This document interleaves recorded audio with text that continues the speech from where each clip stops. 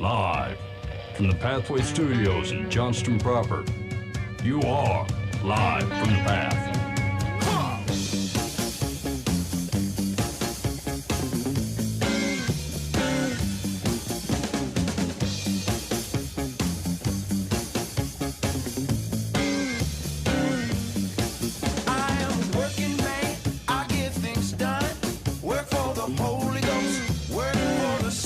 And you're listening to Live from the Path. Oh, yes, I am. Dog on it.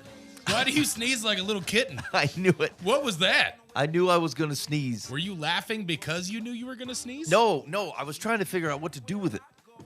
What to do with your sneeze? Here's the deal. It's and like you decided against...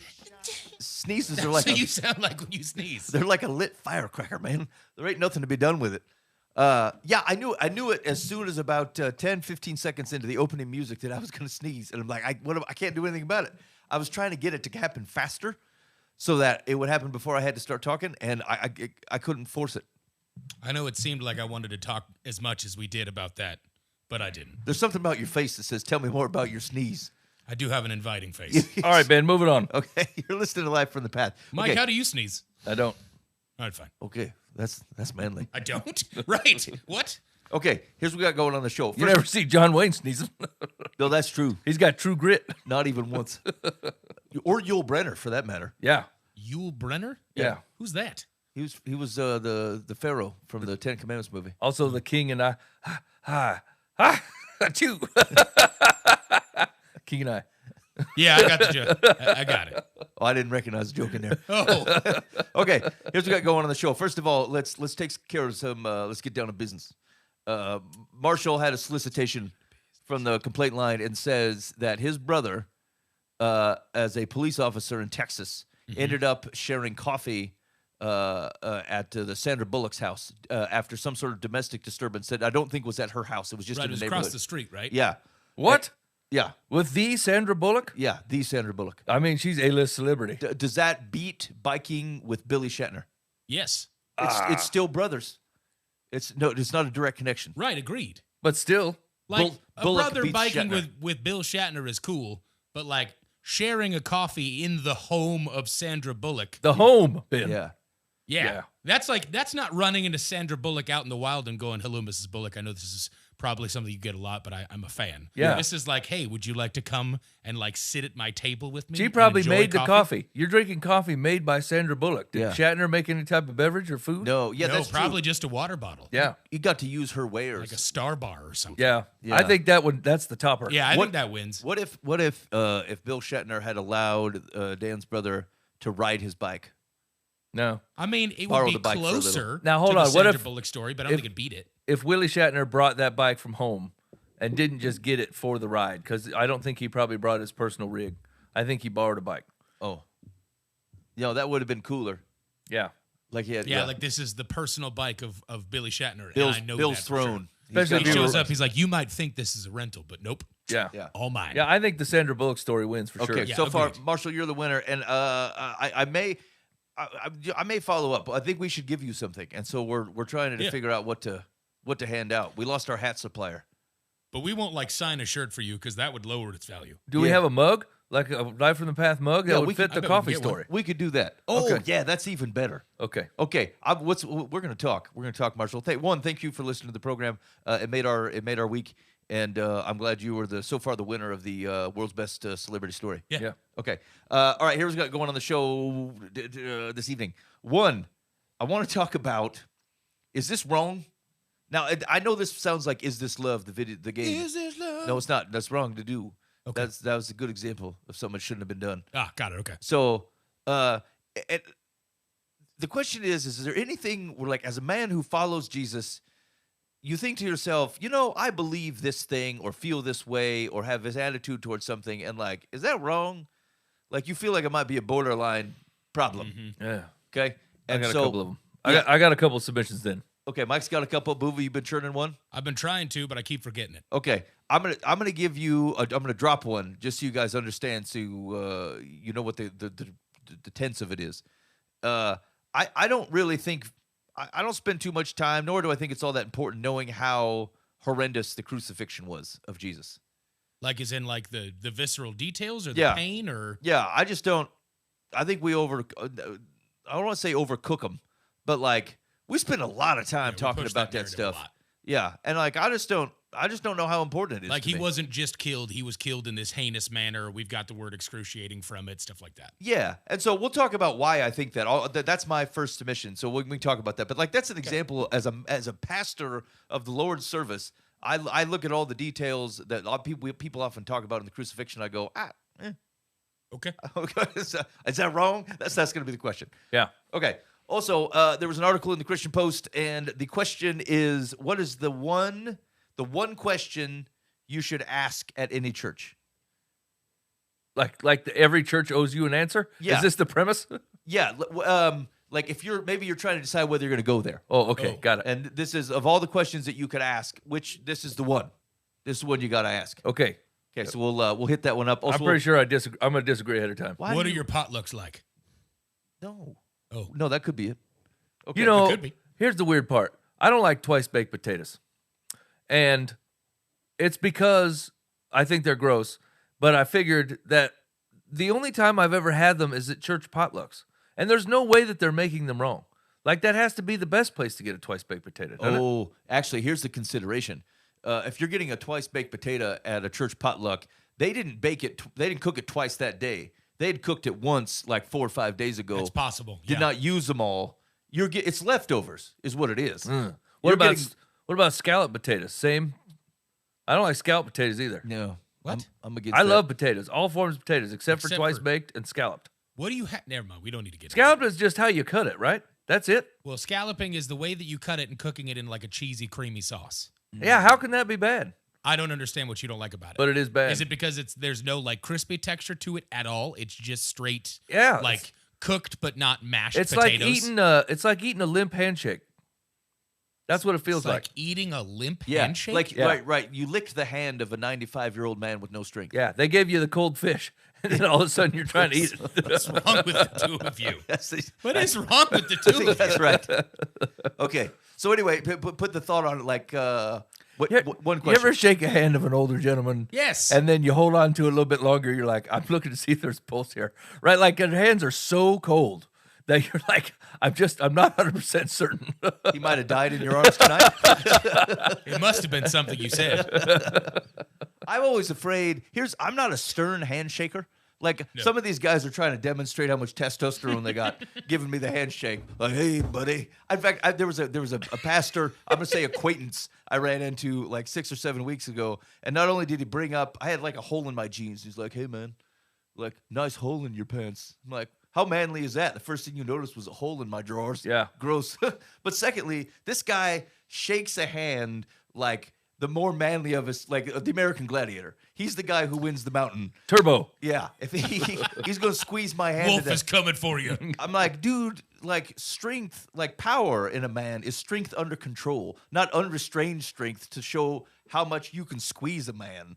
And so, but anyway, I've often am not sure how hard to squeeze the hand of an elderly gentleman Yeah.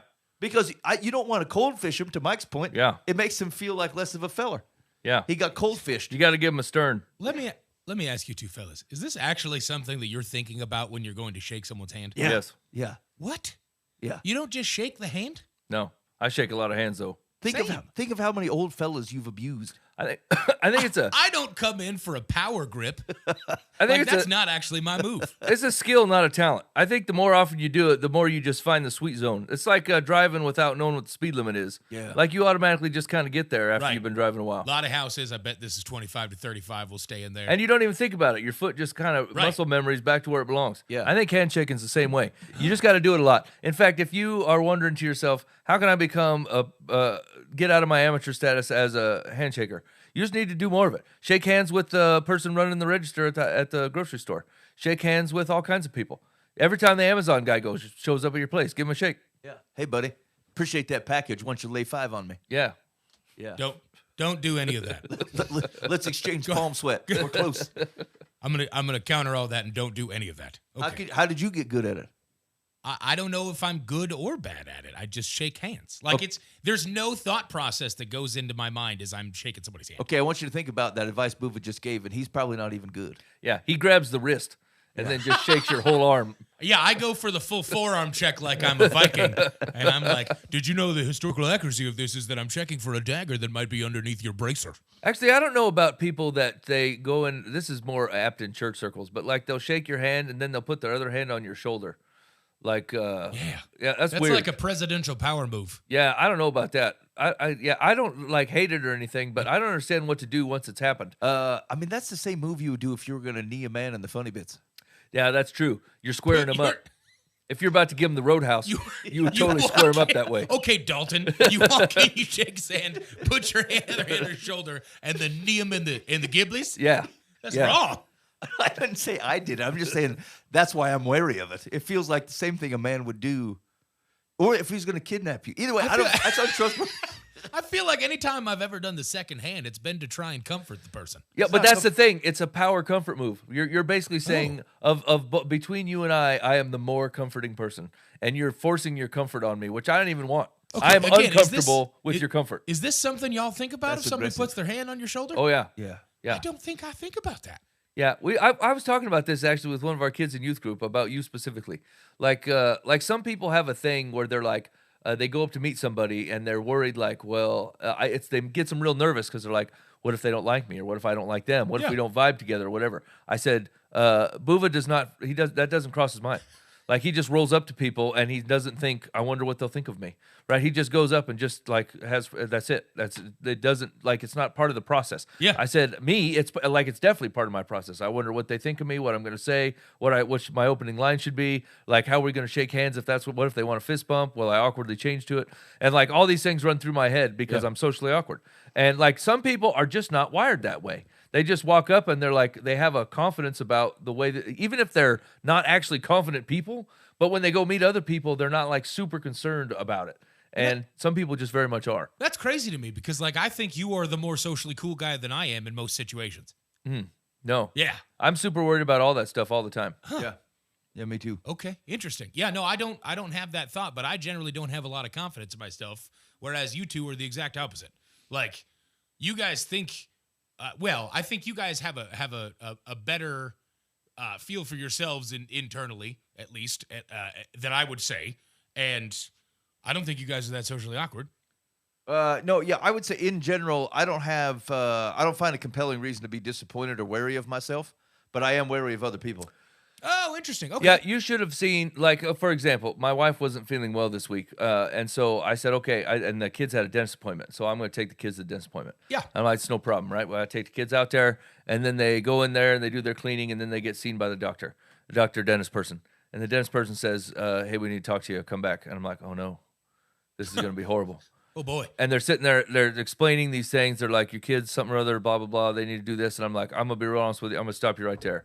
I'm not the button pusher at my house. So, like, you should write this all down in some kind of estimate or whatever you think the problem is.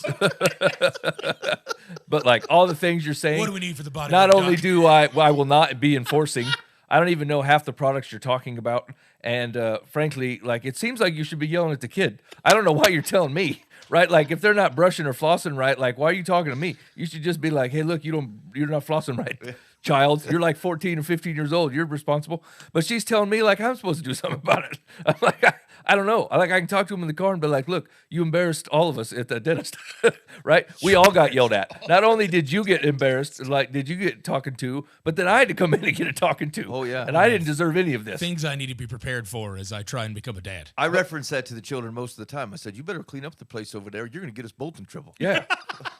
Yeah. The doctor's like, listen, this is imperative you do blah, blah, blah, blah, blah. I'm like, I don't know if it's imperative. Oh, crap. And then I got in the car and promptly told the kids, like, look, man, if you go to the foot doctor, they're going to come up with $10,000 worth of footwork you need to do. I said, you go to the heart doctor, they're going to be like, you need to get rid of all this and this and this. The dentist is the same way. So here's the deal. You get a finite amount of money. and then you start doing some weighing, and you go, what can I afford to do? Like, because New heart valve, new teeth. new teeth. You know what I'm saying? We're gonna go heart valve on that one. You know, and so I said, just be careful as you get older. You're gonna go to specialists, and like, is this lady very good at her job? Yes, I find her to be super intelligent. She's probably right about everything she said. It'd be sheer arrogance to be like, I don't believe that. You know what I'm saying? She's a dentist. You know, like I believe. Woodis? I believe everything she's saying. But the truth of the matter is, I mean, like, if you breathe out your mouth, I don't know if we're going to, you know what I'm saying? We're going to have some kind of $10,000 surgery so we can get the breath back into the nose like they're supposed to. I'm like, I don't know, man. God gave a couple options. I'll just use one God predominantly. gave a couple options is the greatest way to put that. Anyway, what were we talking about? Okay. So the question you ask at the churches. Oh, yeah. Okay. Do that one. Okay. The premise, they said the unexpected question to ask a church. But then they just said some of the best learning experiences a leader come when you ask a good question and listen. After 25 years of researching churches, I found one question more than any other seems to get people talking.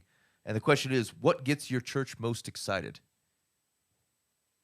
I hate this article. Ugh. Let me ask you this question, fellers. What would be an answer of which you would like to hear? What gets your church most excited? Yeah. No, here's let's just presume that almost like a bunch of the churches are going to go Jesus, Right. and you're going to go, is that wrong? Yeah, of course not. Okay. We're going to go, yeah, I'm excited that you're excited about Jesus. The gospel being preached. Yeah. Is that different? That one feels different. I feel like mine's people get baptized. Our church gets pretty excited about people getting baptized. Yeah. But we also don't like, but here's the thing is like they have big old churches who are running baptism once a month. They're running 50 people through there or whatever. And like we get a couple and we're like, yes, it's going to be great. We clear the calendar. We clear the calendar. We're not doing anything else. It's only baptisms. That's it. I feel like my the answer I would want to hear the most is like we take care of babies. Like we adopt babies, we take care of babies across the world, we help foster babies, we do all that kind of stuff. Okay. Like you deal with the little children well. Yeah. So what gets your church most excited? And if they said, we're in the world to take care of babies. Now hold on. Would this question be helpful to figure out like what elbow, hands, feet, whatever that God has your church doing? Is that why that's a helpful question? Because like there are churches that are like they're organized for missional work. They're Right. organized for homeless Super focused outreach. on So that. like, they don't try to put their hand in every bucket. They're like, we know what God's got us doing. It's X. Yep. And so like if God doesn't have your heart tuned to that, then you're like, okay, I love you guys. This is not my place. Right. This is not my people, my village.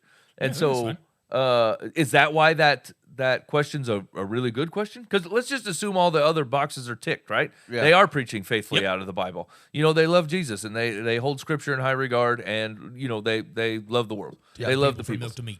right? So like, yeah, I suppose if you take all that other stuff out of there and go like, what the better question would be, what does God have your church doing? Like, what does God have this community doing? And is there a thing? Is there a specific thing? And often there is. And what's interesting is oftentimes it's related to the passions of the pastor. Yeah. They're passionate about it, and then other people come along, which is a good leadership thing. Right. Get them fired up. But like, would I was trying to think of whether, like, at our church, would we be able to answer that? Baptisms, I think, is right. Like, we would say yes, we get jazzed up at baptisms. Is there a specific thing our church is to do? Probably not, actually. Like, we're scattered. We're a group of randos where, like, God seems to be doing different things through different types of people. So it wouldn't be one thing, which from my perspective is just as good Right. good an answer as any. Agreed. Just feet moving. Yeah, it is an interesting conversation though. It's almost it's the same thing you would ask yourself personally. Is there something unique that God is doing through me that I need to respond to, as opposed to just like you could do anything, which of course you could. And as a church, as God set you up in such a way that you get to do, like, you would best be served to go be part of this type of service or whatever, Right. whatever goes on in the church. Yeah. I don't know. It's an interesting question that probably it's unfair to be boxed in by a single answer, but it is an interesting conversation to see what people would say. Yeah. Yeah.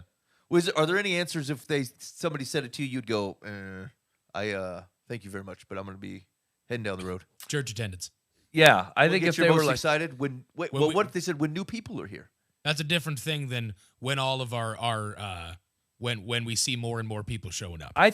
Well, yeah, or if they said we want to get more people in the door, and I don't know, I don't think that would probably tick a box for me. Like, I understand the concept of why a lot of people would take that in and go, yeah, wouldn't you want more people in here because we're showing people Jesus, and that means that more people are listening to him? But I think that that's not actually a lot of the times that equates to.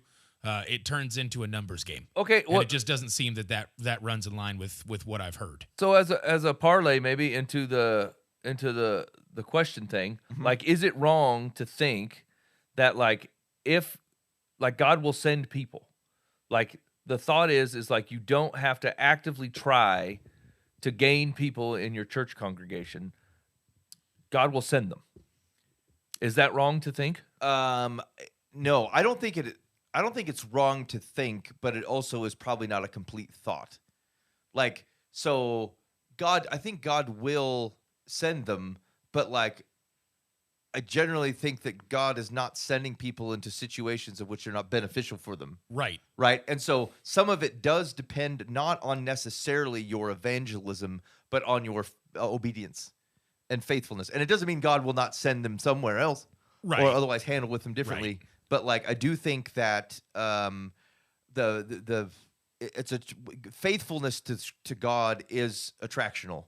And it attracts people in the same way which we could say God will send them, or God will draw people to follow him within certain groups of people because they are otherwise behaving in a way of which points them back to Jesus.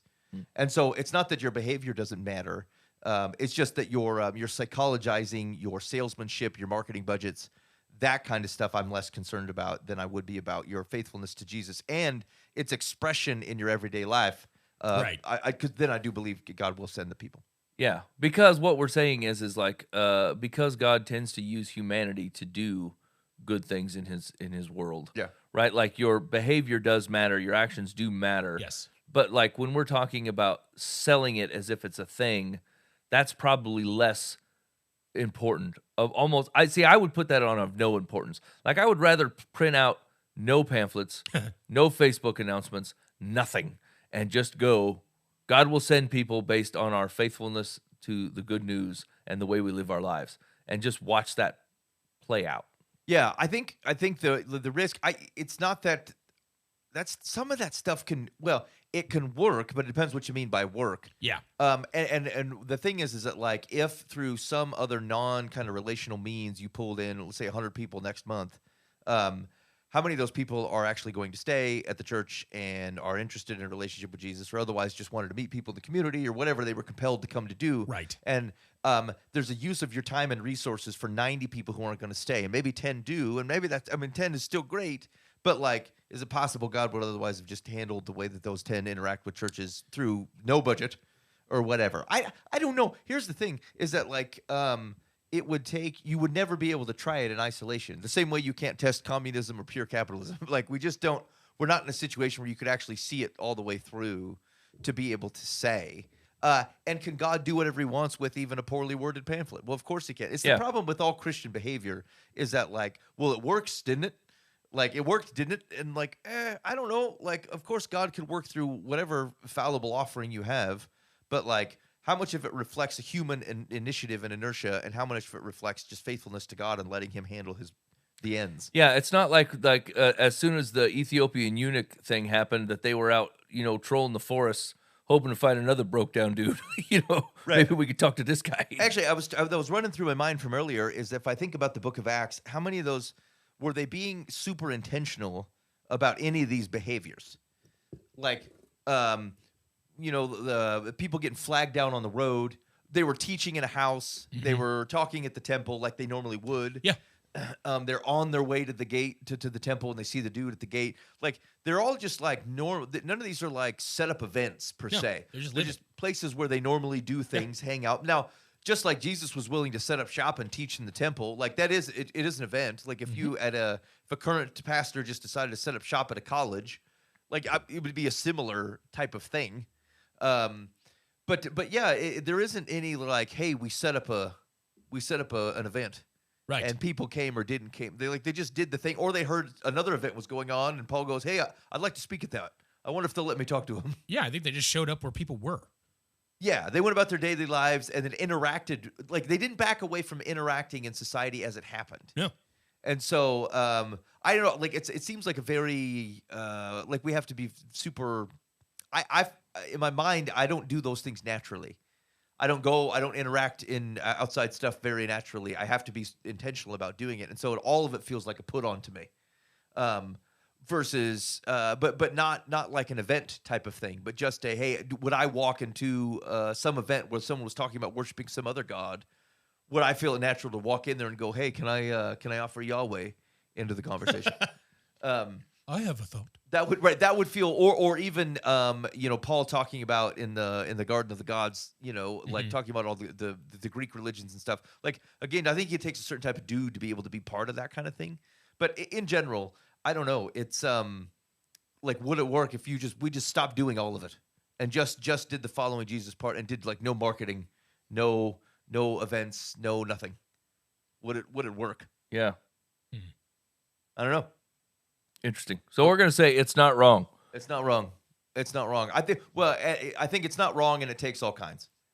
Yeah, agreed. But I would be cautious on how many things like, well, yeah, we're just throwing it out there, but like God will do what He wants with it. I mean, yeah, but like, wouldn't I rather just default to God will do what He wants with my faithfulness, not God will do what He wants with my innovative idea, Right. to try to get more people to arbitrarily show up here. I bet people will show up more likely if they see us at car washes. Yeah. I don't know, and like We've again, all got the same shirt on. people's hearts are good, people's intentions are good. Yeah. And so I'm trying to be cautious here about overdrawing a line about. I'm not sure it's wrong. I'm just not sure it's not the only way to go about it. Well, and I think it's also it's a different understanding of what church is. Like, are we drawing people to the building for the event, or are we out in the world as lights for Jesus? Like, I think those are two different concepts that I've seen churches get right and I've seen churches get wrong. Yeah. And so, like, it really is understanding what your responsibility is, trying to find what God's got you doing. And a lot of the times, like, you don't have to go on a giant, like, worldwide mission trip. You can figure out that you're at the same come and go every week, and, like, you run into Steve. And, like, maybe that's where Jesus has you being a light. And, like, that is where that work comes from. There's no marketing team. There's no pamphlets. There's no nothing. It's just you're in the same place, and that's the circle that you're next to. Yeah, it does. It is interesting to think about. Just like you live your life like you live your days. Yeah, right. You grow the church like you grow your relationships. And so, like, again, as opposed to thinking that someone else in the machinery is making disciples, like if everybody just kind of made disciples in their own corners, like then there would be disciples being made. Right. Very rarely have I heard the whole. I mean, I've been doing this, trying to figure out this Christianity thing for almost 20 years now, since I was a kid. And, like, very rarely do I hear stories where God just flat out, like, no conversation with anybody else. They see marketing materials or they see a sign and they're just flat out brought to the building. Like, that happens. I've heard that happen before, where somebody's like out driving drunk and they see a sign and they just go, man, I got to be there. And they walk into a room and there's a pastor there and they're able to get that connection. But, like, a lot of the times, like, it's not marketing. It's Jesus's people being out in the world. Yeah. And, like, being light, right? Being salt kind of stuff. Yeah. I'm out there and people see that. Yep. Okay. All right. So, let's flow in then to is this wrong? So my is this wrong? Is the amount of detail that we often talk about and even show. So think Passion of the Christ. Think the things that maybe get taught in churches on Good Friday. Yep. And it's just the kind of excruciating, violent detail about Jesus's crucifixion.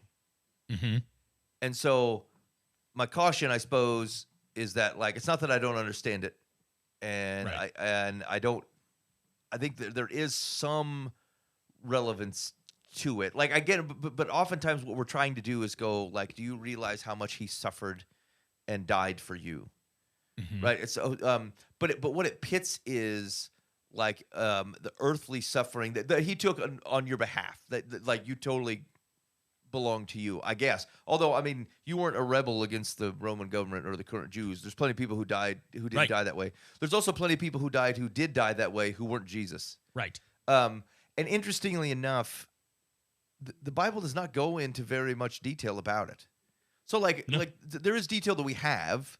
Like, we know the whipping, we know the crown of thorns, we understand the crucifixion and the wine. But, like, that level of detail, like, excuse me, there's a lot more detail in other biblical stories that aren't like the crucifixion. Yeah. And there's a lot of things that we've had to know historically, which I think is good for context. But it almost feels, I think it can feel manipulative to me. Like, don't you owe it to Jesus to believe in him because of what he did? And I think that frames your relationship with God incorrectly. There are parts of it which otherwise helps you understand your own shortcomings and the repercussions of it. This goes to a conversation we were having, I think before the show started, around thankfulness. And like one of the things that was occurring to me is like we were born wealthy in the grace of Jesus. Mm-hmm. I have never known a period of time of which the sacrifice of Jesus was not known to me and available in my life, and I cannot even give it up to experience for a while to come back to recognize that I'm so blessed. Yeah. Like someone who grew up with $1 million. You could take their $1 million away and make them live on their own for 6 months, and then they're like, now I really understand how lucky my situation was or fortunate I was, and so I'll appreciate and use my money wisely. I cannot give up the grace of Jesus in any way to experience it without it. Mm-hmm. And so like we are simply blind, flush, and rich with the grace of Jesus, and so it runs the risk that we're not thankful. We don't feel a level of thankfulness because we're used to it. Yeah. But anyway, long story short, like, does it feel? Is it wrong? Is it wrong that I don't feel either like super emotionally connected, nor that it is all that important to go into extensive detail about the violence behind Jesus' crucifixion? Is that wrong? I here's the thing: is I think that it's a cultural thing. Because we're largely desensitized to most things, right? And so, like, I think that we've been leaning in on the violence, thinking that, like, because we can't feel the heart weight, you know, of the weight of our sin, and once again, because we've always had the riches of the grace of Christ, right? And so, like, we don't feel that, and like we were talking about that before the show a little bit. Is like I feel slightly guilty that like I don't have this big build up to Easter, and like it is a great celebration for me, and like I do realize the celebration, but I don't like feel this weight. Like I almost ask God to put the weight on me so I would feel like the weight that's been taken off, and like he won't do it. so as much as like it feels like you're getting away with something, right? Like I understand the implications of Easter and resurrection from the dead and the clearing of my sin debt. And like I know what it feels like to be loaded down with sin, and then what it feels like to have him take that off of me. That feeling I know.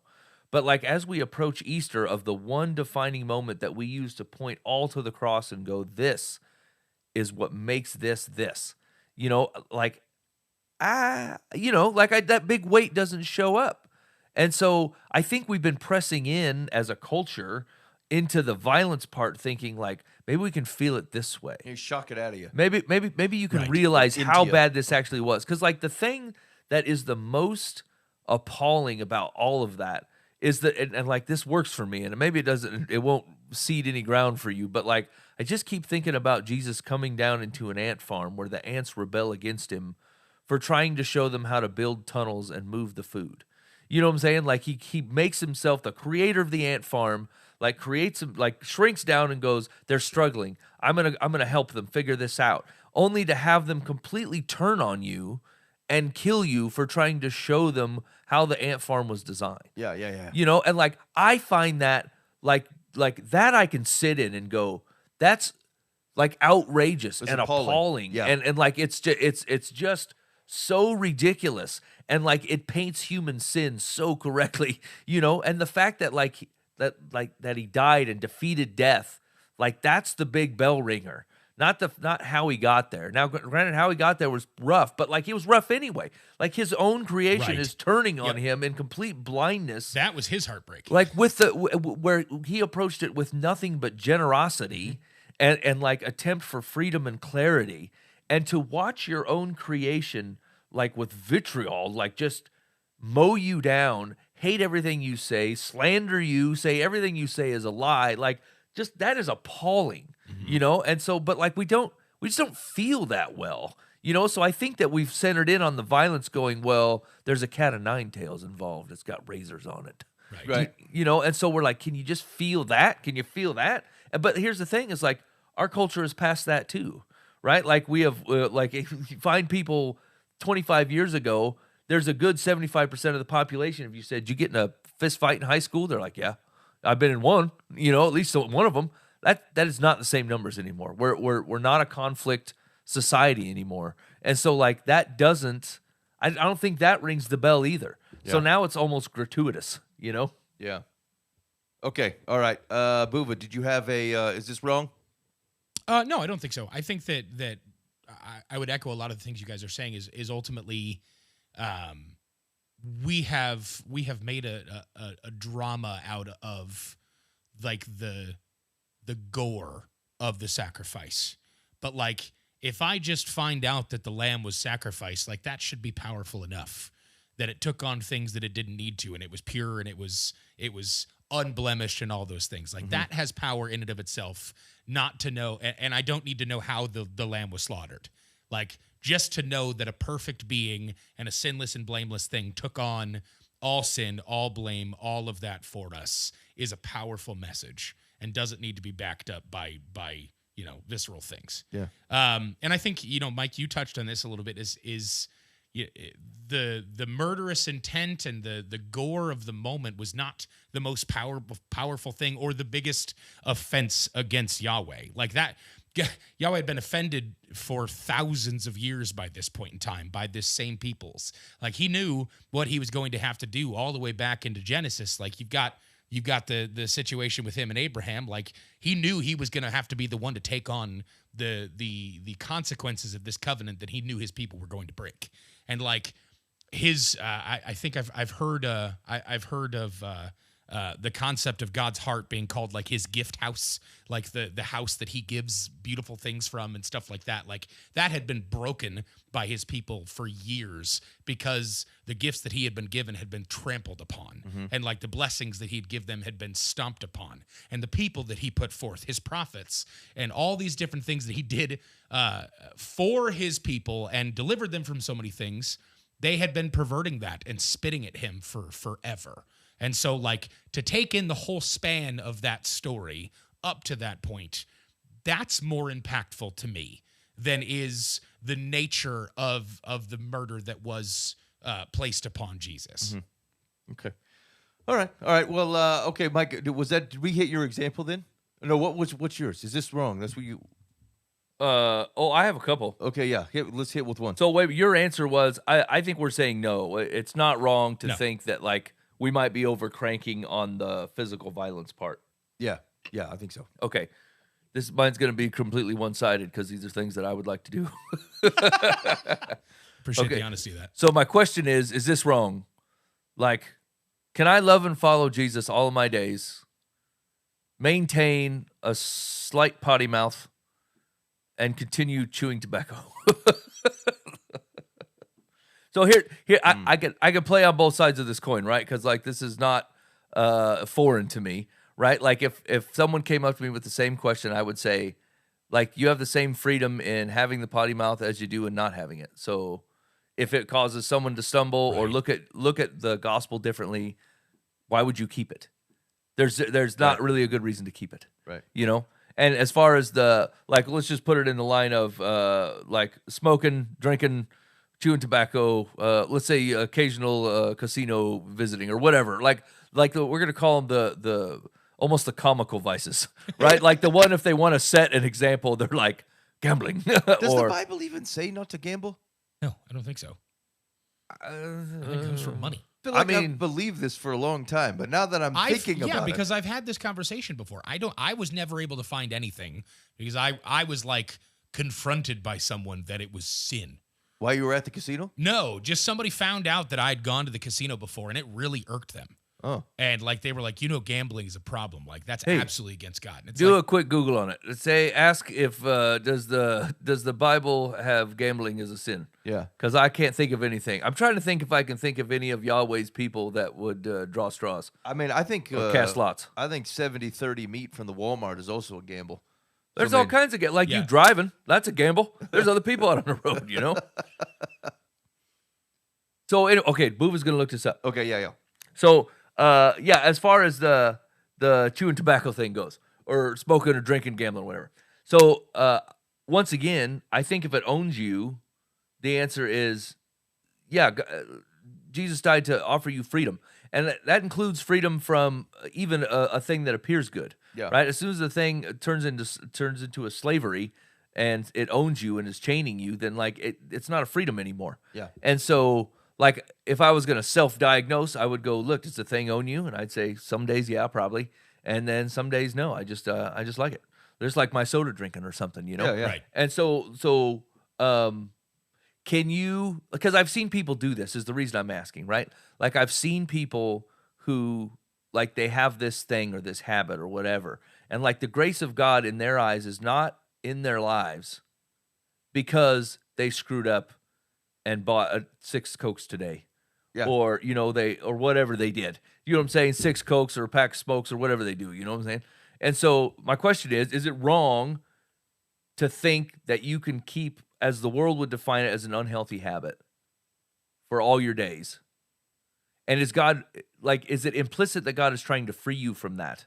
Or does he go, I don't know, I created tobacco, have one. You know what I'm saying? Like, does it own you, right? Do you worship it?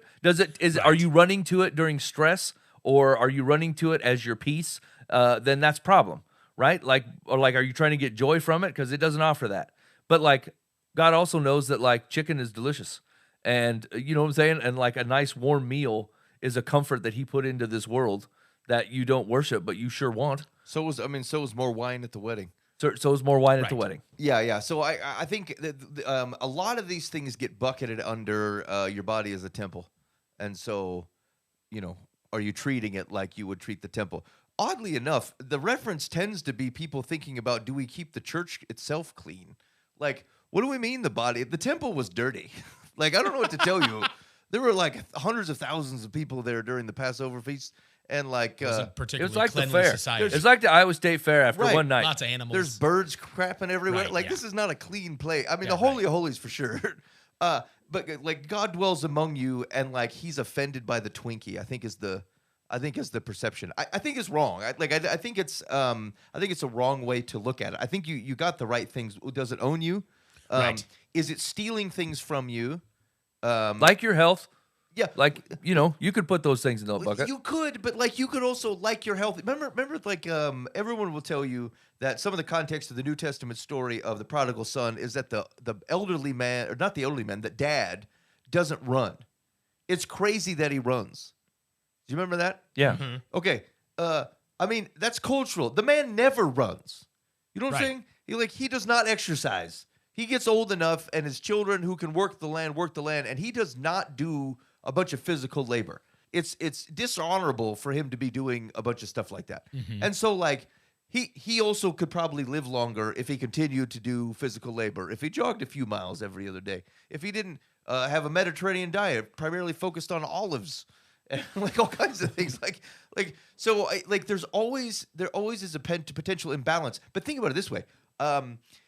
Depending on where, ignore the convenience of how easy it is to get food and tobacco and stuff around the world now. Take 1,000 years off the clock. You were stuck with whatever you could eat, where like that was local to you, right? And so like think about the mix of foods available to like certain peoples, especially during certain times of year at around certain parts of the world. Like they did not have a balanced diet. It wasn't even possible to balance your diet. There's certain parts of the world like they subsist almost primarily on grain. Like Right. they're barely touching a vegetable. And so our concept of what it is to serve God cannot be explicitly bound by our notion of health that is new as of the last 40 years and our ability to get food around and bananas out of season delivered to my household or whatever. Same thing similarly, like there are plenty of cultures who've like been using tobacco forever, right? Right. Is that the primary thing that's killing people? No, it's actually the stuff we put in, the poison. And so like you openly going, yes, I continue to ingest poison. It's selfish is the problem. Yeah. Like it's a self-centered thing to go, yes, but I like it, and I don't care the impact to my family or friends or the stuff that good things that I can do in the Lord's service here, because I just like poison. Okay, that's a mistake. So I think it's wrong just fundamentally to have to go. Do I have to give up things that aren't sin, but they are known as vices because they could be misuse of your time or harmful to your body? Because I think you can get super legalistic about it. However, what I would say is I would certainly pray on it, and you better gosh darn well have them on the table. And say, hey man, like if you're asking for the tobacco, it's yours. Like it's gone directly. Because if it's an idol, if I reach for it as opposed to you, if I misuse it, if I'm like spending 30% of my family's income to go gamble or on alcohol when there's other places it should be doing good service into the world. Like they tend to be balance problems. They tend to be Holy Spirit inquiries, but not. I don't think it's wrong that they exist. Yeah. Even the 6 Cokes. What about the swearing? Actually, that would have been another one in my bucket. Is that like swearing is a cultural thing. Yeah. What we even determine is a swear word is largely agreed upon by groups of people or disagreed upon by groups of people. But they tend to point towards unsavory things or unsavory attitudes. Yeah, and so like this is where I would draw is it depends on which word you're using. It also depends for me on the context of which you're using it. Like I would say you shouldn't be crass. You shouldn't be having crass things come out of your mouth. But you can be crass using words that are perfectly acceptable to use in common company. The problem is that it's crass. If you slip and fell on your behind and you said damn, I don't care. You didn't try to damn someone to hell. It's just like this is the word that was in your mouth.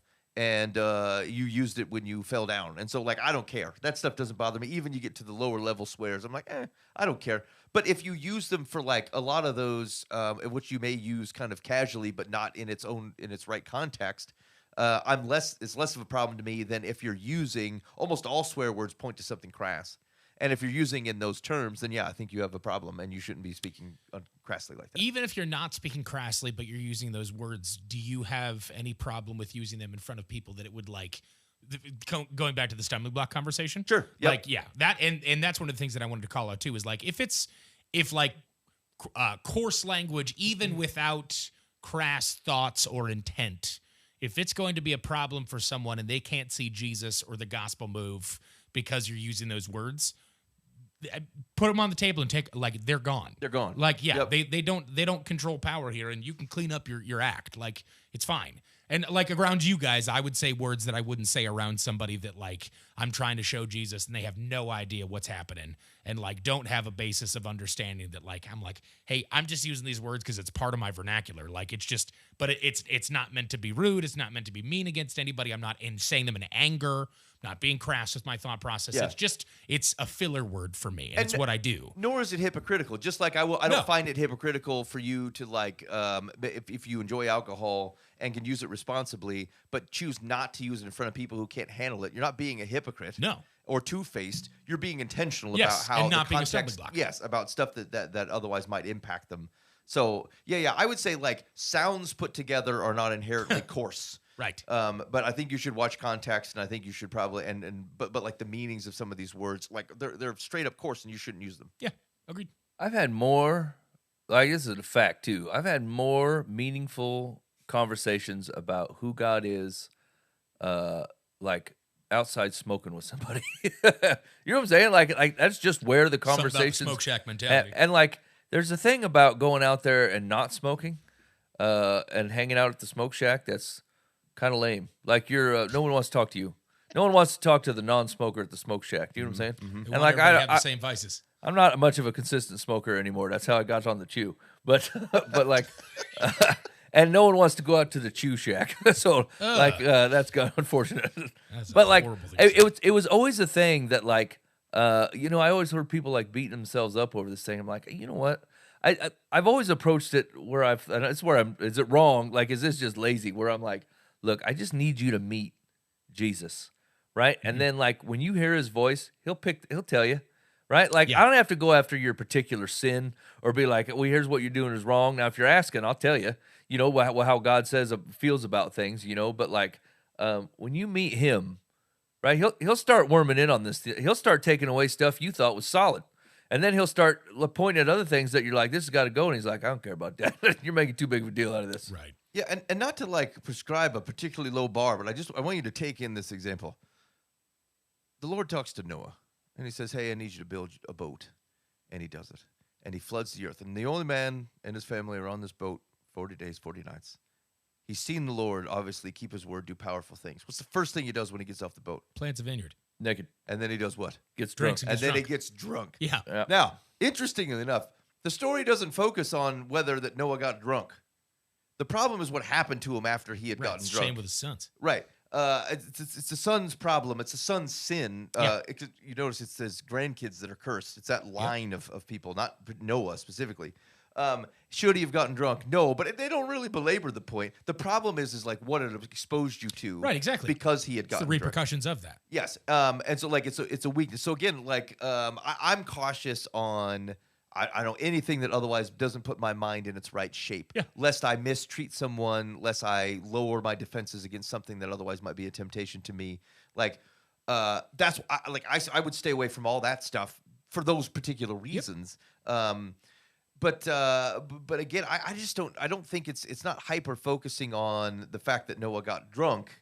It just what Noah's drunkenness allowed other people to have otherwise committed sinful acts in his because he was Right. not on his guard. Right. And so I just I don't think it's wrong, and I realize it's going to hit some of you guys the wrong way, like how we're talking about this. Yeah. Like, it feels cavalier in our response to certain types of language. As a matter of fact, we've talked about this on the show, and I think like Dan would draw a firmer line. Yes. Right. On some of this stuff, which I respect and understand. Because I think, Mike, to your earlier point, like you could just as easily say, like, why are you snuggling up to any kind of line? Like, Right. what does it matter? But I'm not sure that the Bible set a line to begin with that's different than what we just talked about. You're looking like oftentimes we're looking for a clear line so that we can call balls and strikes on things. I think a lot of the stuff is more contextual than that.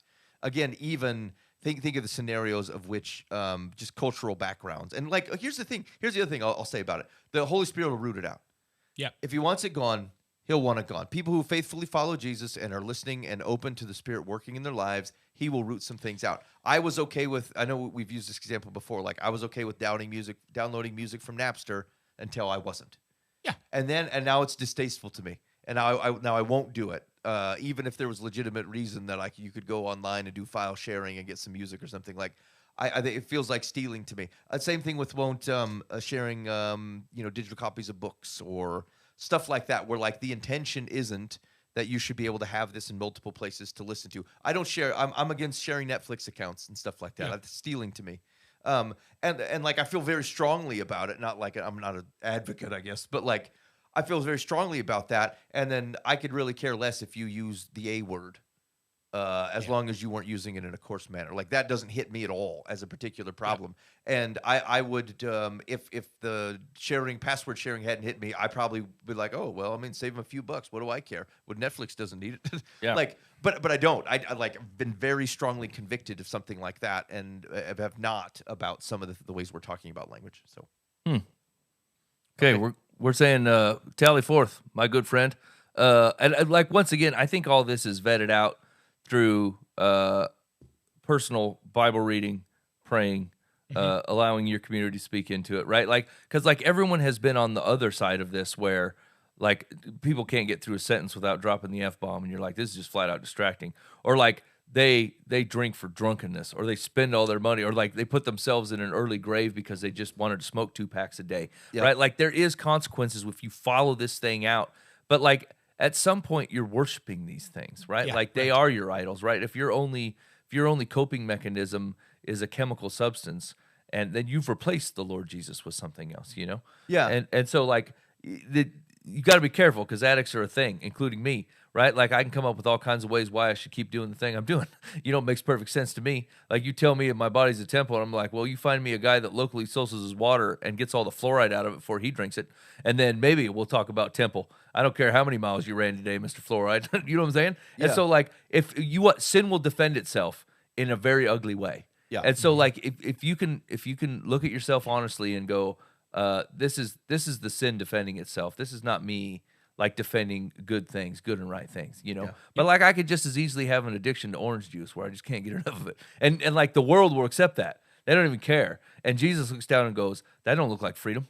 That looks like you're tied to OJ 24/7, having to plan out refrigerators and like how many containers you got." You go, "That's not freedom."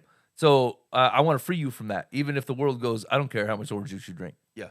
Yep. Okay. Booba, did you have any examples? I did. And but it left, or you found? No, I got it. Okay. So my question of is it wrong has to do with prayer time, Okay. because I find it difficult to just have focused I'm doing nothing prayer time. Like I don't know if it's ADHD or whatever. I most of the time I find it very difficult to just sit in silence and pray.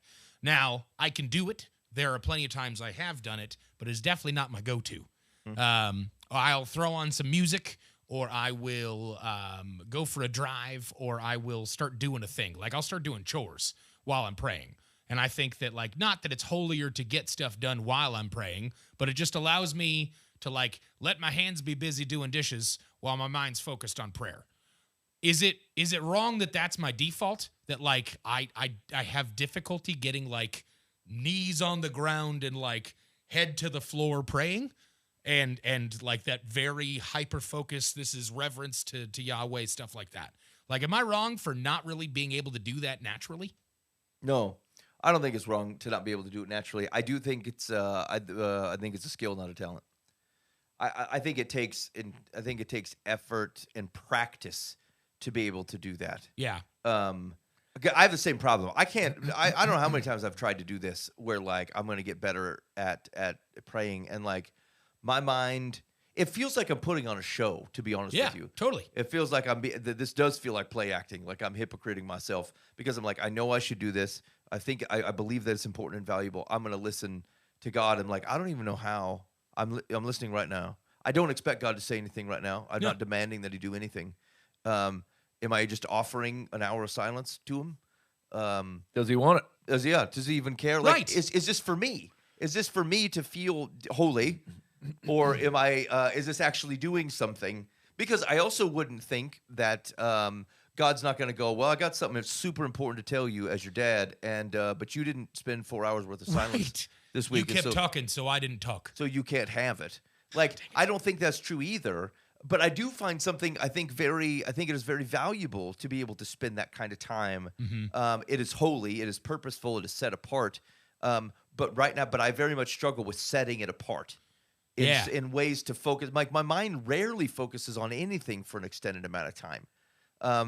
I can't barely do anything without, like, reaching for my phone after 2.5 minutes or something. Right. And so, like, it's not I have a problem with Yahweh. I have a problem in general with focusing. So I do think it is not wrong.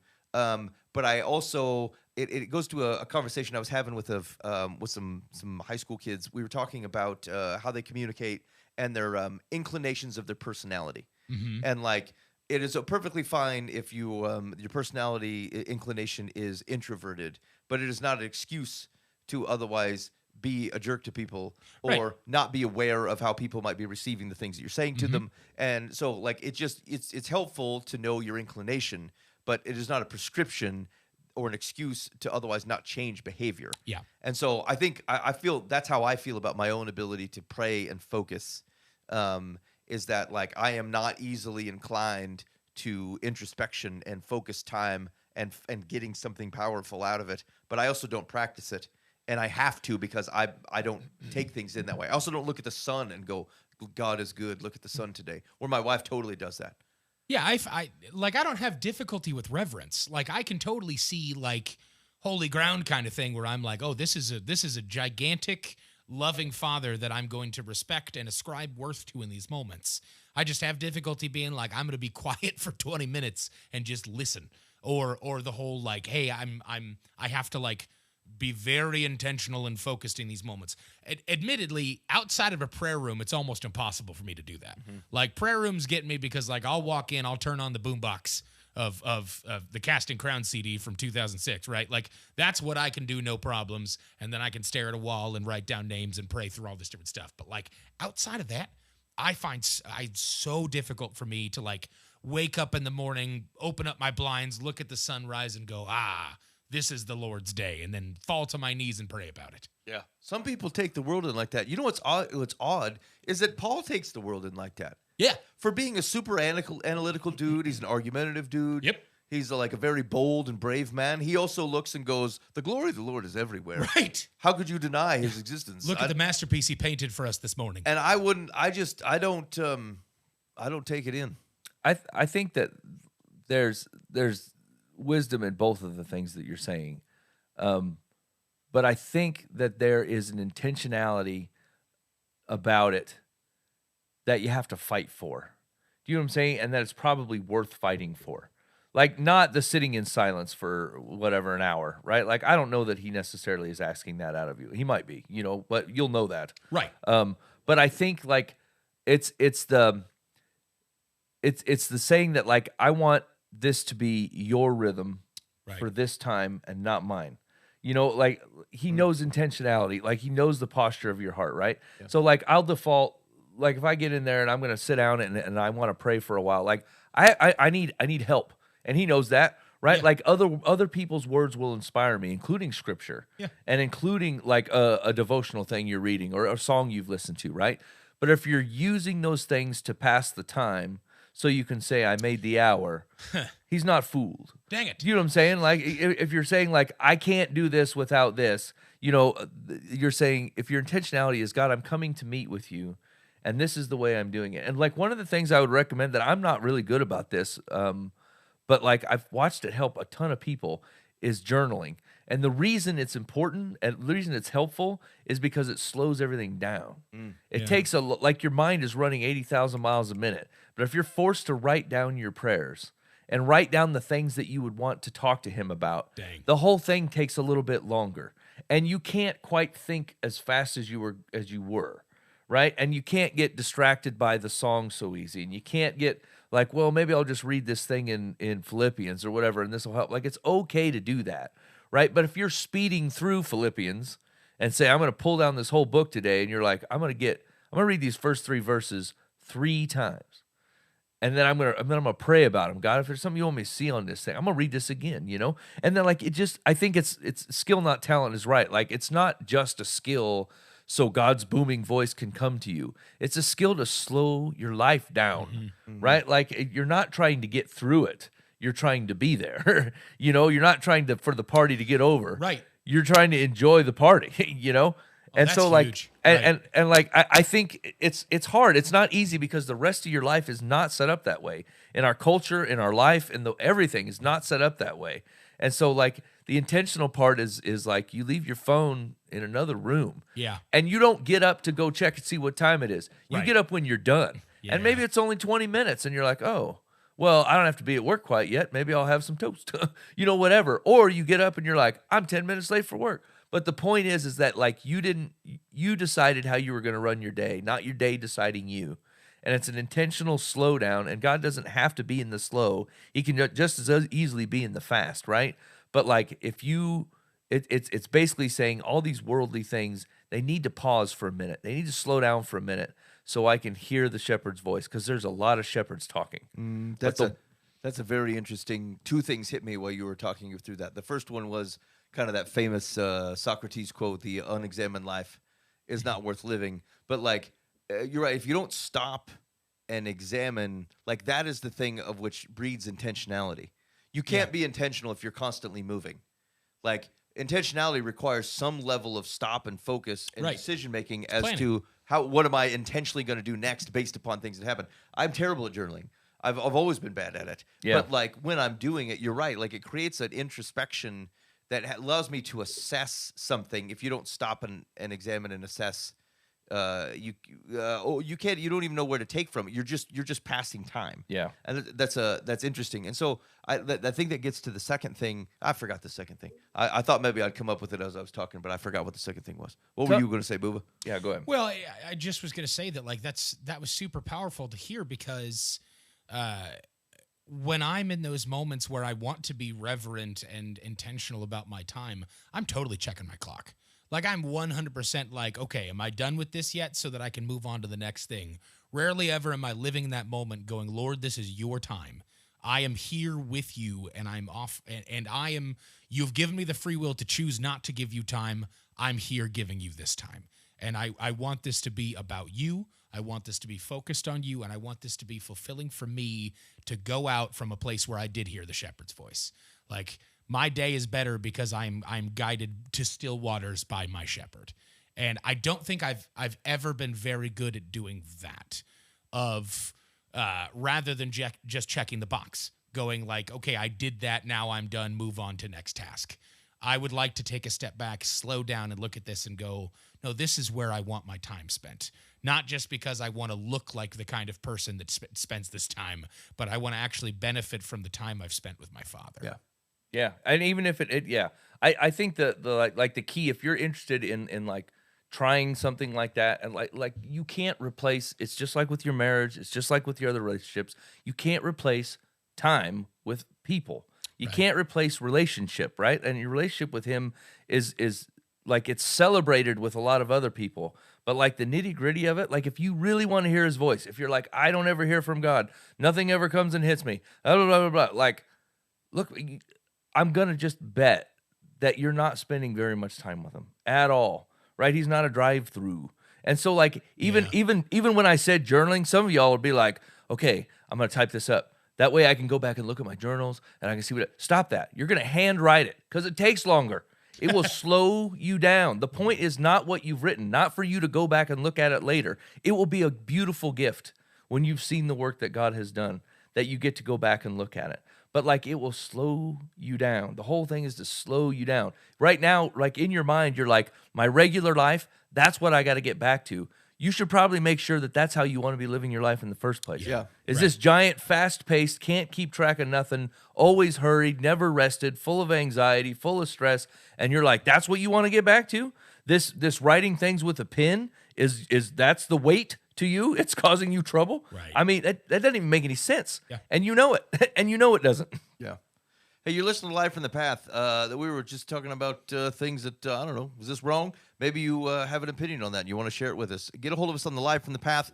Bob Eisenhower complaint line, 515-517-0085. Call or text.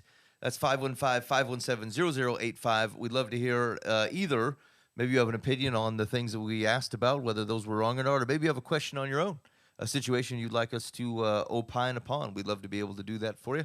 And so hit us up on the Live from the Path complaint line. Let's either call or text. All right, let's hand out just a little bit of advice. I didn't even look them up. Hold on. I wasn't even paying attention. I'm going to fire out the first one. Okay. Hey, well, while he's working on that, let me remind you that if you want a great cup of coffee, go to Capana's Coffee House in Ames. Is that place still going? No, it's been closed. I was going to say, I didn't think that was open for a while. It's been closed a long time. Also, get for all your print media, banners, T-shirts, and hats through On Purpose Promotions. That's onpurposepromotions.com. And you can get all your custom items open. That business also is no longer open. That's no longer around. That's been out of business. These are former advertisers of us. Finally, if you're looking for someone who's easy to work with and hard to beat, you're looking for Bob Eisenhower with the Eisenhower team. Indeed. He is indeed still in business. And you can go get a hold of Bob. Go to EisenhowerTeam.com. And Bob, I'm sure he'd love to help you buy or sell a house. And Mike and I have both used him, and he's just a wonderful fella. That's why he gets the honorary ownership of the complaint line, because he's just a straight-up awesome dude. And frankly, I will say, when there was very little justification to put any advertising money with Live from the Path, Bobby Eisenhower was there. And he kept us on the radio, and I'm not even sure I could prove that we did a lick of good for the poor man. Nope. But he was a good dude. He believed in the show, and was willing to advertise with us when otherwise we were kind of scraping the barrel. So anyway, that's not the only nor a particularly compelling reason to use him for your real estate transaction. Yeah. You should do it because he's also voted like the #1 realtor. Yeah, he's in awesome. the Des Moines He's just an area. all-around good dude. Just, yeah. Yeah, so that's why you should do it. But anyway, that's why we continue to give Bob the old complaint line, because he's just good people. Yeah. Okay, ready? Take Bob to Capanas. Dear Live from the Path, my wife and I have been teachers since 1999. We married in 2011. She became vegan in 2017. It helped her beat diabetes, which I love. I can't tell whether you love diabetes or you love that she beat it. That's Okay, phrase funny. Wilford Brimley. However, she's pure vegan for animal rights and listens to vegan podcasts all day long after teaching and on the weekends. I mean, all day, every day with earbuds in. I have to say, knock, knock, to even talk with her. Right now, she's listening to podcasts and messaging vegan people on social media and doesn't even realize I'm typing. I love my wife, but I can't escape the frustration of not being able to have a conversation with her about anything. We have no kids together, but I raised her son from 7 years old. He moved to live with his dad because of her obsession with work and veganism. I love her, but the fridge is filled with kale. Should I stay or should I go? Okay, let's back away from your binary options here. Right. It's not just stay or go.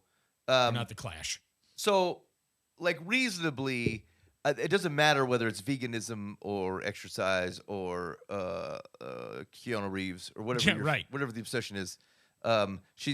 It does feel like she's not being a good marriage partner.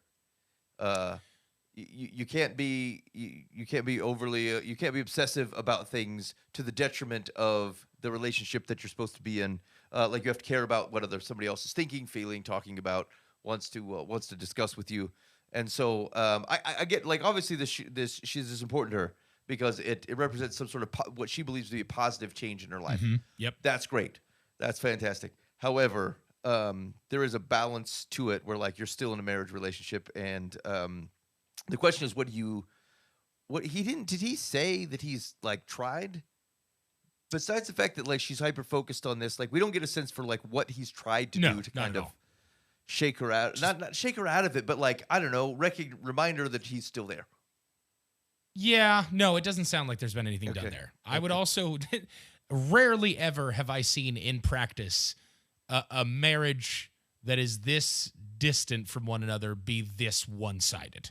Like, rarely ever is it just, oh man, she became vegan and then I lost her entirely. And I did nothing in this, and I have not pushed her away in any way, or there's nothing that I'm doing. I'm so focused on my wife at all times, and she just turns around and keeps talking to people on social media about veganism. You think he's to blame in some way?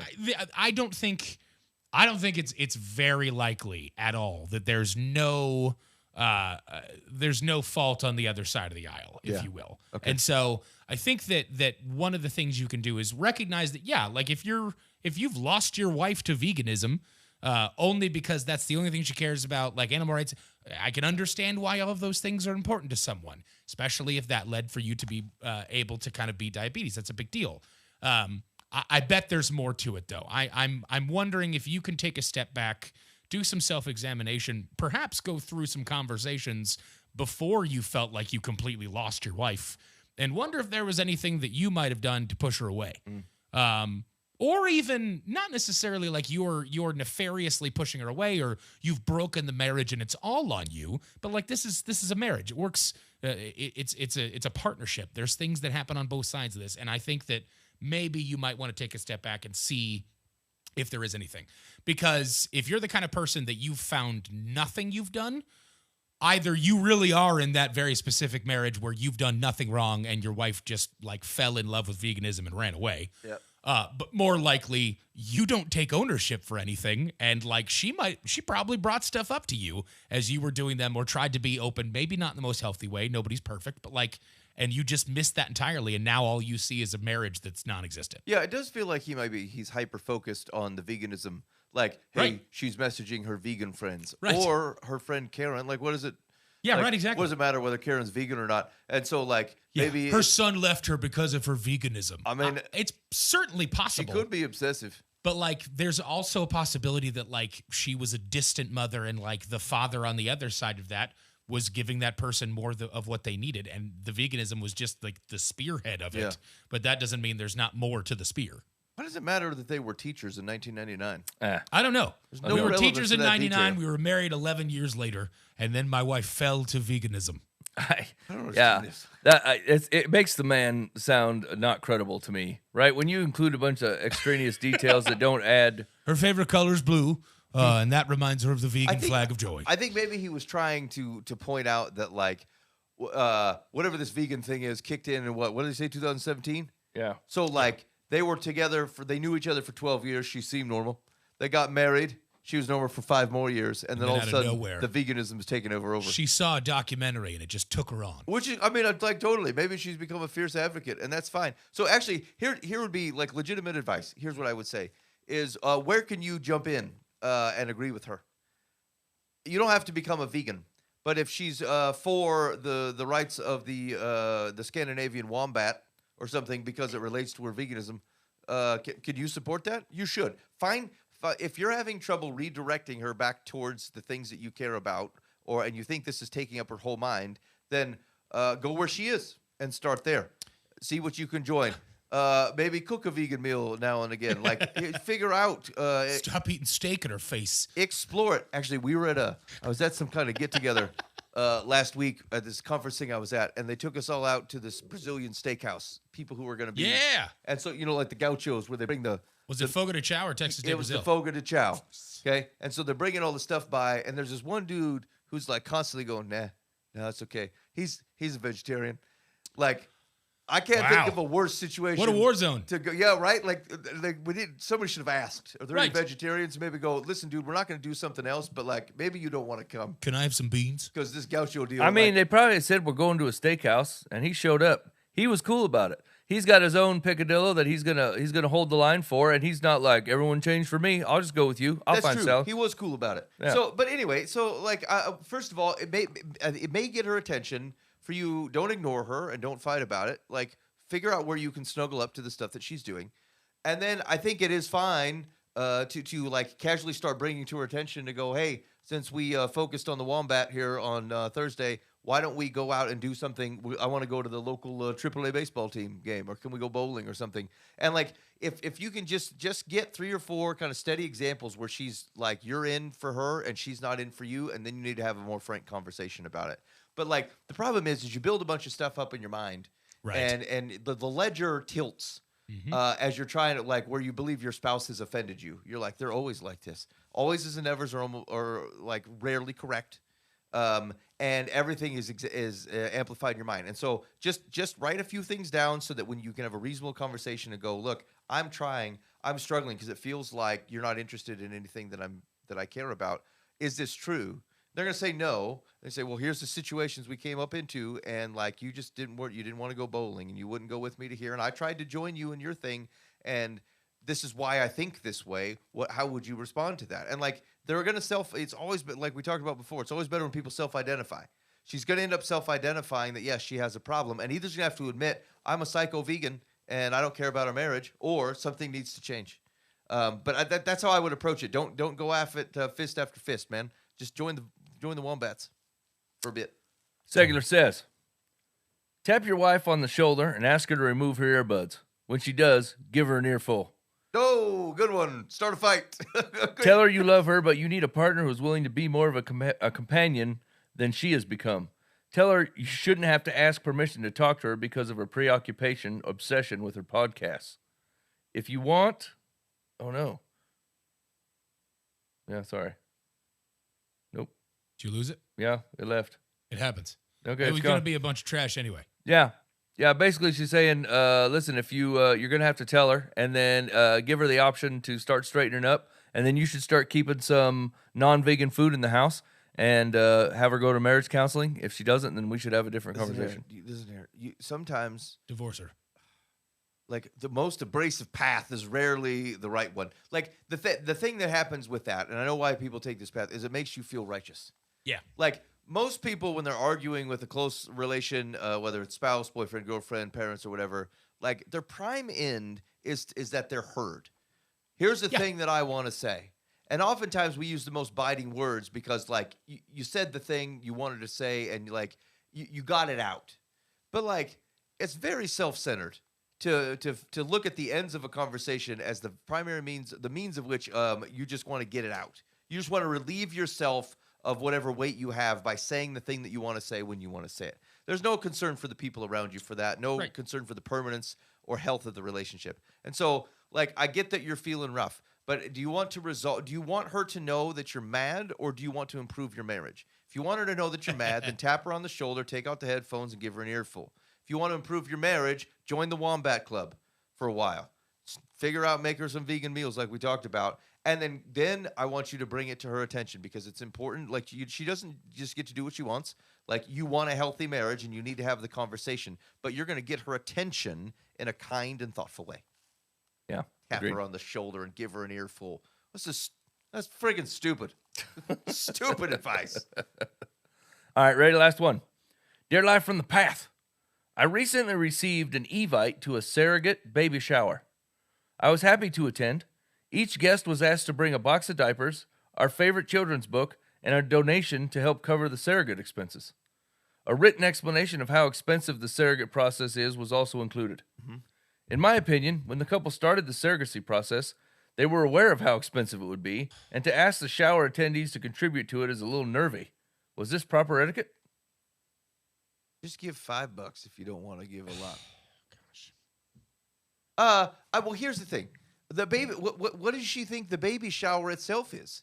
Do you think Right. we're The not under diapers the is impression- monetary. Yeah, exactly. Like anything. You knew you were going to have to buy diapers when you decided to have a kid. You shouldn't have to ask me to bring them. Yeah, or like what do they call it when you buy a new house?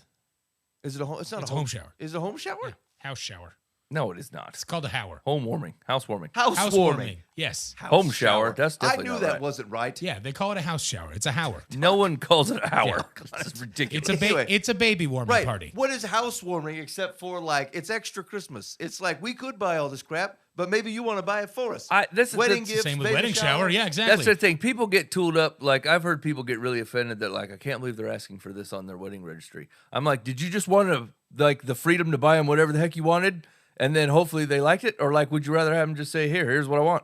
And then you're mad because they were specific about what they wanted? That's dumb. Yeah. I don't think I've ever seen someone buy a KitchenAid mixer other than for a wedding registry. That's a bold gift, too. Right. That's probably the top shelf of whatever's on that list. Right, exactly. Sorry, I know that was a random thing, but like I feel like That's I've never where I got mine. Yeah, right. Yeah. I've never met someone that went, "Hey, I went and bought a KitchenAid stand mixer." Yeah. I hear people all the time say, "I got married and that's when we got ours." That's right. I Anyway. had an aunt who was single till she was 55 and she needed a mixer. And then she found a fella. Found a man.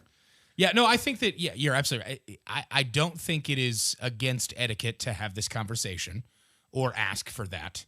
I think that you are a very interesting person that this has offended you. And I usually try and go the path of like, oh, well, let me think about where you might be coming from and sit there and try and figure out how your past trauma made you the way that you are. But there's a good chance of this one, you're a schmuck. Okay, this is gonna a sensitive And I'm okay with coming topic. across that way. I'm gonna try to minefield this thing, right? But like, surrogacy is not. It's an option for the rich, right? Like, Yeah. and generally, if you can't get pregnant, you just don't, or you adopt. That's the way that works, right? He says, no, we're gonna do this very expensive thing, right? When you say like, it does feel like a little bit that like you walked into this thing, you chose a route. You could have adopted a kid for sure, right? You chose a route that happens to be very expensive. I mean, adoption's expensive. Adoption is Agreed. expensive. There's a lot of good tax credits for it, though. I suppose there's some for surrogacy, too. I think the way this woman is looking at it is basically saying you had other options. You picked the most expensive one. And now you want $20. Now you want me to pay for it, right? As you included a guilt note and showed me how expensive it was. That's what I was going to ask. Like, it kind of depends on the contents of the note. Like, if you made it sound, if hey, would you give to us because this is super expensive and we're going to be in a bind. Like, if there's anything about that wasn't like, hey, you know, in lieu of bringing an extra gift, if you'd like to donate money towards the cost of the surrogacy, it would be helpful. That's totally fine and pretty good. But like, if there was anything that made it, This is a pretty good. It's pretty good.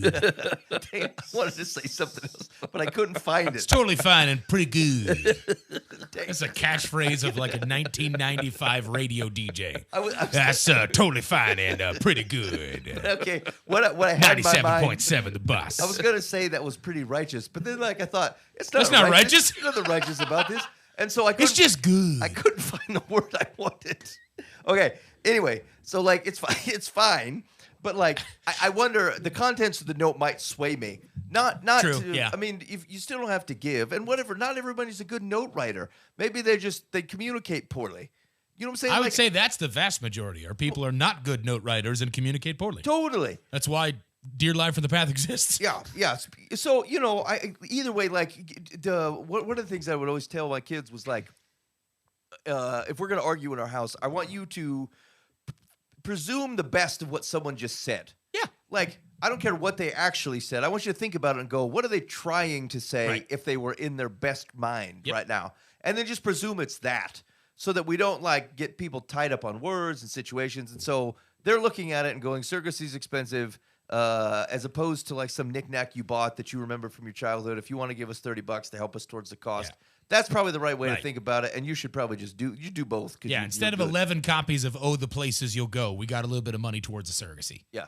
Well, yeah, and like obviously, like insurance covers a lot of a natural baby birth, and there's a lot of organizations that will help with adoptions, and maybe surrogacy is not that as much supported, right? So like they're like, look, this is going to put us in the financial straits, but we're doing this. This is what we're going to do, and like if you love them, then like I don't see any reason why you should be against supporting them. Yeah. In doing it. No, I think that's fair. So the question was this proper etiquette? Secular says no. Soliciting the donation was over the top. I can't help but wonder how many invitees declined the invitation because of it. To ask for money was tacky. Oh, gosh. Yeah, that's my big concern. I don't want people to think I'm tacky. Bring me diapers, but don't bring me extra cash. Right, here's That's things. tacky. There's something for your kid's butt, Right. or here's $20. Yeah. Also, you're going to use them size zeros for literally 3 days. You know what I'm saying? Like if you're going to have people bring diapers, you should assign sizes because them size zeros, that kid's out of that thing within 3 days, and then you're like, we're on to the ones, and now we have like 45 size zeros hanging around. Yeah, the diapers are the type of thing. Unless you're getting like reusable diapers, like the cloth diapers, I would say that like diapers as a thing in a shower is you get that for first time parents, and that's only because as a first time parent you don't know any better. It's like someone getting you a loaf of bread. You're like, I mean, okay, but I can buy my own bread. I could get my loaves of bread. You know what I could really use? It's like a bunch of bottles or something to sanitize the bottles, or again, like that kind of thing. And so I don't even think these are good options. You should upscale your baby gift. Okay. Yeah. Interesting. What are you thinking about giving now that I've said that, Boo? I don't know. I've always given just cash. Like Diapers. I just go, here's the deal. Like you know more about what you need than I do. Everybody's going to give you the thing that they think is the most important thing for your baby. Like but Ben. like Ben. Yeah. He's going to give you a loaf of bread and go, it's just like giving you diapers. It's pretty and good. they're like, sweet, 99 cents worth of bread is the exact same thing as $35 worth of diapers. It's the same. You cheap schmo. Here's the thing: you go through so many diapers, and like again, it just doesn't feel, it doesn't stand out. It's just like slices of toast. Well, the gift is not to make you seem like a great gift giver. No. You're supposed to be trying to be helpful. Yeah, It's I just not. go, actually, a lot of the times I'll wait until a little bit into it, and I'll just be like, hey, tell me what you didn't get. Jello, Yeah, they usually say Jell-O. Jello pudding. Or say the thing that you wanted to get, but like you didn't want to tell anybody else you wanted to get because it seemed way too expensive. Let me give you $50 towards a car seat that you really want for your kid. Yeah, expensive $250 car seat. That's the way to do it.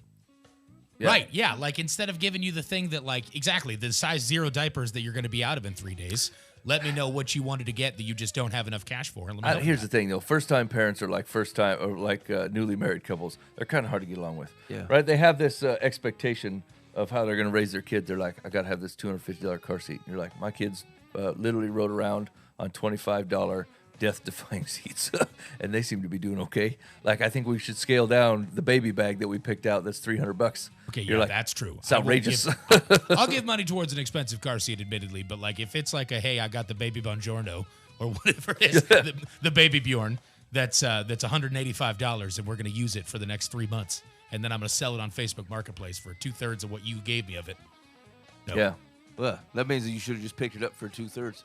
Right, exactly. Go to Facebook Marketplace. All right, There's you- parents giving them away. You're listening live from the path. Thanks for hanging out with us this week. We really do appreciate it. I think we ran the gamut. You want to talk about sneezes? You want to talk about handshaking an old man?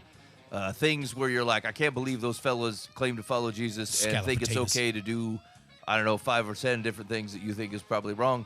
Also, we talked about with the question, what does your church, what gets them excited? I don't know, just maybe something to think about. Let it run through your mind. What gets you personally excited? And should you be doing something with that if you're not already? Something to think about. All right, we're going to cut you loose. If you want any feedback, give us any feedback on the show. It's the Life from the Path. Bob Eisler, Compate Line, 515-517-0085. Call or text. And we will see you when we see you. In the meantime, be faithful in the means. God will handle the ends. You've been listening to Live from the Path. Pretty good.